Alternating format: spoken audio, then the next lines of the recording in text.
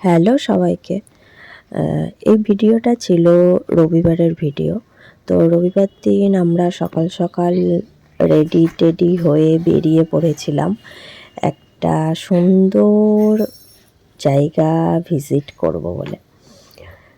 কেউ রাস্তাটা দেখে বুঝতে পারছো কোন দিকে যাচ্ছি। নিউ টাউন বিশ্ববাংলা গেটের পাশ দিয়ে গিয়ে আমরা ইকো পার্ক হয়ে 6 নাম্বার গেটের পাশে আমরা এসছি হরিণালয়।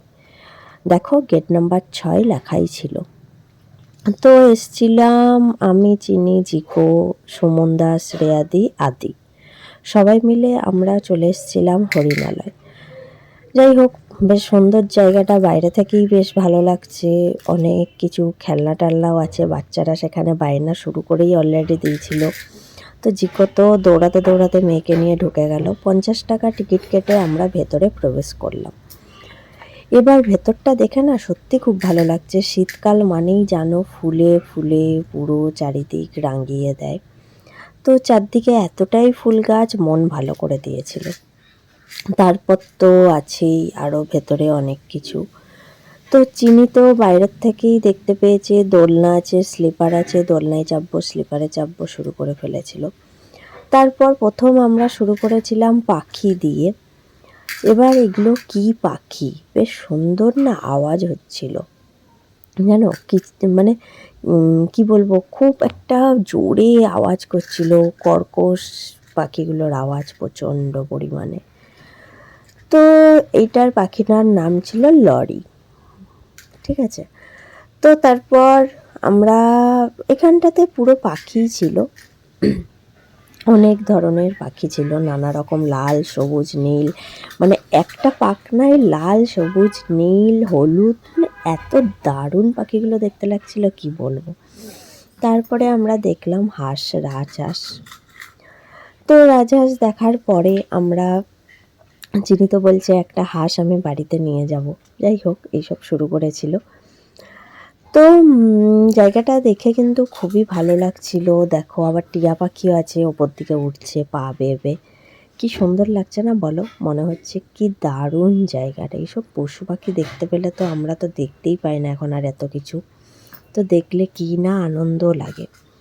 আর জায়গাগুলো এত সুন্দরভাবে ওরা তৈরিও করেছে, মানে একদম বাচ্চারা সামনে যেতেও পারবে না। অনেক সময় ভয় থাকে, বাচ্চারা হাত দিয়ে দেয় পশু পাখির মধ্যে বা কিছু, সেরকম কোনো ব্যাপার নেই। দেখো তারপরে জেব্রা ওই পাশে চলে গেছিলো, পেছন ঘুরে দাঁড়িয়েছিল। আমরা অনেকক্ষণ দাঁড়িয়ে জেব্রাকে একটু দেখতে পেয়েছিলাম। তারপর জিরাফ দেখছিলাম, জিরাফও ভেতরে ঢুকেছিল। তো অনেকক্ষণ দাঁড়িয়ে থেকে জিরাফ একটা বেরিয়ে এসেছিল, এসে আবার গেট দিয়ে ঢুকে গেছিলো। যাই হোক, এইভাবেই দেখতে হয়, পশুদেরও তো এক একটা মনের ব্যাপার থাকে। তারপর চিনি আর আদি প্রচণ্ড আনন্দ করছিল, দুজন মিলে হাত ধরে ধরে হাঁটবে, দৌড়ি। আর আমি শ্রেয়াদি ভিডিও করছিলাম, ওর বাবারাও আমরা আনন্দ করছিল ওই বাচ্চাগুলোকে নিয়ে, এই সেই বেশ ভালো লেগেছিল। সত্যি বলতে গেলে আমাদের সবার খুব ভালো লেগেছিল। তারপরে হিপোপটেমাস চলে এসেছিল, সেও পেছন ঘুরে বসেছিল। সে তো আর এলোই না সামনে, দূর থেকেই বাচ্চাগুলো দেখলো। তারপর দেখো জায়গাটা কি সুন্দর করে বানিয়েছে না, খুব সুন্দর লাগছিল সত্যি কথা বলতে গেলে। তারপর এত সুন্দর ফুল গাছ দিয়ে গাছগুলোকে কি সুন্দর করে রেখে, মানে ওদের যা সুন্দর করে মেনটেন করে রাখে, খুব সুন্দর। তারপরে হঠাৎ করে দেখলাম জেব্রা আমাদের সামনে চলে এলো। দেখো কত সামনে জেব্রা ঘাস খাচ্ছে, ওর খিদে পেয়ে গেছে। যাই হোক, এইভাবে আমরা আবার জেব্রা দেখতে দেখতে আবার পেরিয়ে চলে গেলাম পাশে কিছু, আবার দেখতে হাঁটা লাগালাম। নিয়ে চিনি বলছে বসবো, যাই হোক বসা তো এখন যাবে না, আগে দেখতে হবে। ক্রোকোডাইল দেখতে আমরা চলে এলাম। ক্রোকোডাইল দেখছি, এখানে আবার একটা ঘুমাচ্ছে। আবার জলের মধ্য দিয়ে একটা হেঁটে আসছিল দেখলাম ভেসে ভেসে, ওইটা দেখে বেশ চিনির আর আদির বেশ আনন্দ হয়েছিল। আর কি বলতো, আরেকটি জিনিস, বাচ্চাদেরকে কোলে নিয়ে দেখাতে হচ্ছিল, ওই কারণে না ভিডিওটাও ভালো করে অতটা করে উঠতে পারিনি। কারণ একটু চিনিটা তো অনেকটাই ছোট, আর আদিটাও তো ছোট, ওরা না এতটা দেখতে পাচ্ছিল না দাঁড় করিয়ে রাখলে। তারপর আমরা ক্রোকোডাইল দেখে চলে গেলাম আবার কিছু দেখতে। আর চিনি তো দৌড়াদৌড়ি ছুটাছুটি, আর ওখানে যেন অনেক বাচ্চা ছিল, যে কারণে না এতটাই মানে বাচ্চারা খুব আনন্দ পাচ্ছিল। আর জায়গাটা এত সুন্দর, জায়গাটা কি বলবো, খুব সুন্দর জায়গাটা। পুরো কোনো ধুলোবালি ডাস্ট এসবের সত্যি কোনো ব্যাপার নেই। আর চিনি তো একবার একটা কাছার খেয়েও গেছিলো দৌড়াদৌড়ি করতে গিয়ে, তারপর উঠে দাঁড়িয়ে আবার ছুটতে লাগিয়েছিল। যাই হোক, এখানে আরেকটা ক্রোকোডাইল দেখেছিলাম, নিয়ে আমরা চলে এসেছিলাম। চিতল হরিণ দেখলাম, নর্মাল হরিণ দেখলাম। বলছে চিতল হরিণ নাকি খুব জোরে জোরে চিৎকার করে ডাকে, একটা খুব বাজে আওয়াজ করে, ওটা নাকি চিতল হরিণ। যাই হোক, আমি জীবনে প্রথমবার দেখেছি। আর নর্মাল হরিণ দেখেছি, হরিণ তো আগেও দেখেছি ধরো। যাই হোক, হরিণ, প্রচুর হরিণ ছিল।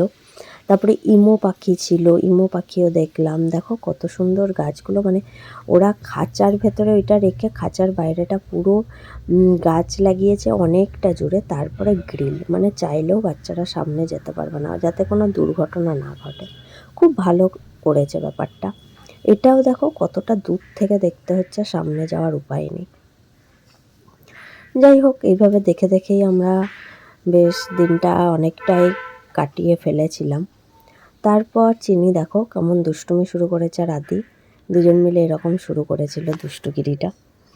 যাই হোক, তারপরে আমরা এবারে কয়েকটা ছবি তুলে নিয়েছিলাম। ফটো তো তুলতে হবে না, ফেসবুকে ছাড়বো কি বা ইউটিউবেই ছাড়বো কি, তাই জন্য কয়েকটা ছবি সবাই মিলে তুলে নিলাম, যাতে পরে আবার চিনি দেখে এই ফটোগুলো দেখে মনে রাখতে পারে। তারপর ওরা এত সুন্দর একটা মাঠ থেকে খেলা শুরু করে দিয়েছিল, বল খেলা। আর অনেকে জানো এখানে ফ্যামিলি নিয়ে গেছে, বাচ্চা কাচ্চা নিয়ে গেছে, একটা বেড কাভার নিয়ে গিয়ে পেতে এখানে বসে না আরামসে খাওয়া দাওয়া করে আনন্দ করে বিকেল অবধি কাটিয়ে দেওয়া যাবে। টাইমিংটাও খুব ভালো, সকাল 9:30 থেকে বিকেল 5:30 অবধি টাইমিং, খুব সুন্দর কিন্তু টাইমিংটা। যাই হোক, আমরাও এসেছিলাম, আর একটু মোটামুটি ভিড় ছিল, মানে যে তুলনায় ভিড় ছিল সে তুলনায় বেশ ভালোই লেগেছে আমাদের। তারপর আমরা ওই পাশে ওরা স্লিপার আর দোলনায় চাপবে বলে বায়না করলো, ওইখানে চলে গেছিলাম আমরা। দেখো স্লিপারে উঠবে, আর আদি যেহেতু পেছনে সিঁড়ি দিয়ে উঠছিল বলে চিনিও বায়না করছিল সিঁড়ি দিয়ে উঠবে, কিন্তু ও না এখনও অবধি সেভাবে স্লিপারের মাথায় উঠে না, বসে থাকে আর দাঁড়িয়ে থাকে। বাই চান্স আমার খুব ভয় লাগে যদি পড়ে যায়, ওই কারণে আমি এখনও অবধি ওকে না ওঠাই না। 2-1 বার পার্কে উঠিয়েছিলাম, লাস্টে গিয়ে আমাকে তো উঠে গিয়ে নামাতে হয়েছিল ওকে। যাই হোক, আমাদের এবারে পেট পুজো করার টাইম চলে এসছে, দুপুর হয়ে গেছে। এবার আমরা খাওয়া দাওয়া করবো, আর চিনিকে আদিকেও খাওয়াবো।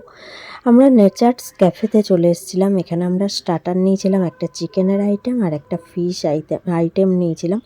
আর চিনি আর আদির জন্য বাড়ি থেকেই খাবার নিয়ে গেছিলাম। জায়গাটা খুব সুন্দর করে সাজিয়েছিল, ক্রিসমাস গেছিল কদিন আগে, দেখো দেখেই বোঝা যাচ্ছে, যে কারণে খুব সুন্দর করে সাজানো। আমরা ভেতরটার মধ্যে বসিনি, প্রচণ্ড ভিড় ছিল, বাইরেই বেশ সুন্দর বসেছিলাম। চিনির খাওয়া হয়ে গেছে, আদির তখনও খাওয়া শেষ হয়নি, আদি খাচ্ছে। আমাদেরও খাবার চলে এসেছিলো, মোটামুটি খাবার ভালো ছিল, স্টার্টারের আইটেমগুলো ভালো ছিল। রাইসটা একটু খুব ড্রাই করে দিয়েছিল, যেটা আমাদের একটু প্রবলেম হচ্ছিল আমার আর শ্রেয়াদির। আর এমনি খাওয়া দাওয়া মোটামুটি খারাপ ছিল না, মোটামুটি ছিল, খুব ভালো ছিল বলবো না। আর মেন কথা হচ্ছে এখানে আর কিছু নেই, যেটার জন্য এখানেই ঢুকতে হবে। আমাদের মেন কোর্সে রাইসের পাশে যে চিকেনের আইটেমটা নিয়েছিলাম, ওখানে গ্রেভিটা যদি একটু বেশি দিত আমাদের খুব উপকৃত হতো, কিন্তু দেয়নি, দুঃখের বিষয়। ওইভাবেই অ্যাডজাস্ট করে আমরা যতটা পেরেছি খেয়েছি, আর বাকিটা আর পারিনি, খাইনি, ফেলে দিয়ে চলে এসেছি। যাই হোক, তারপরে আমরা একটু বল খেললাম, ছবি টবি তুললাম, সবাই মিলে আনন্দ ফুর্তি করলাম, করে তারপরে মোটামুটি বাড়ি চলে আসার সময়ই হয়ে গেছিলো, দুপুর হয়ে গেছিলো। চিনির একটা টাইমে খুব ঘুম পেয়ে গেছিলো, যে কারণে ওর পাপা ওকে দৌড়াদৌড়ি করাচ্ছিল যাতে ওর ঘুমটা কেটে যায়। তারপরে কয়েকটা ছবি টবি তুলে নিয়েছিলাম আমরা, ছবি তুলে তারপর আমরা বাড়ি চলে এলাম। বাড়ি আসার সময়তে ওরা কয়েকটা জিনিসপত্র কিনলো, খেলনাপাতি, তারপরে বাড়ি চলে এসেছি। তো চলো, তোমরা চাইলে তোমরাও যেতে পারো, মিনি জুটে ঘুরে আসতে পারো এই শীতের মরশুমে। তো চলো, আমি ব্লগটা এখানেই শেষ করছি। ভালো লাগলে প্লিজ একটা লাইক কমেন্ট করে দিও আর শেয়ার করে দিও, আর প্লিজ আমার চ্যানেলটা সাবস্ক্রাইব করে আমার পাশে থেকো। টাটা, সবাই ভালো থেকো, আর সবাই কিন্তু সুন্দরভাবে শীতটা কাটিও। অনেক ঠান্ডা পড়েছে, সুস্থ থেকো, ভালো থেকো, সেফভাবে থেকো। সবাই গরম জামা কাপড় পরো, বাচ্চাদেরকেও সেফ রাখো। আর চলো, ভালো থেকো, ভালো করে খাওয়া দাওয়া করো। টাটা।